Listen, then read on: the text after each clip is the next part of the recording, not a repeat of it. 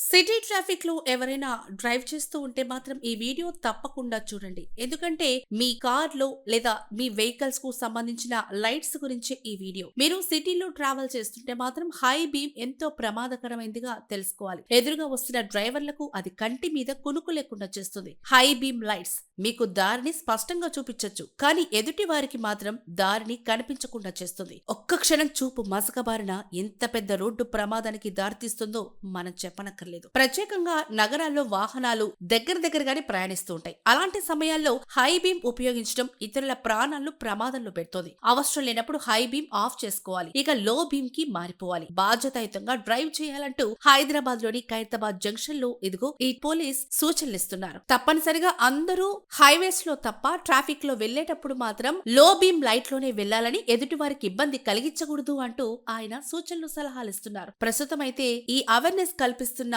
Police కి మాత్రం నెట్టింట ప్రశంసల వర్షం కురిపిస్తున్నారు.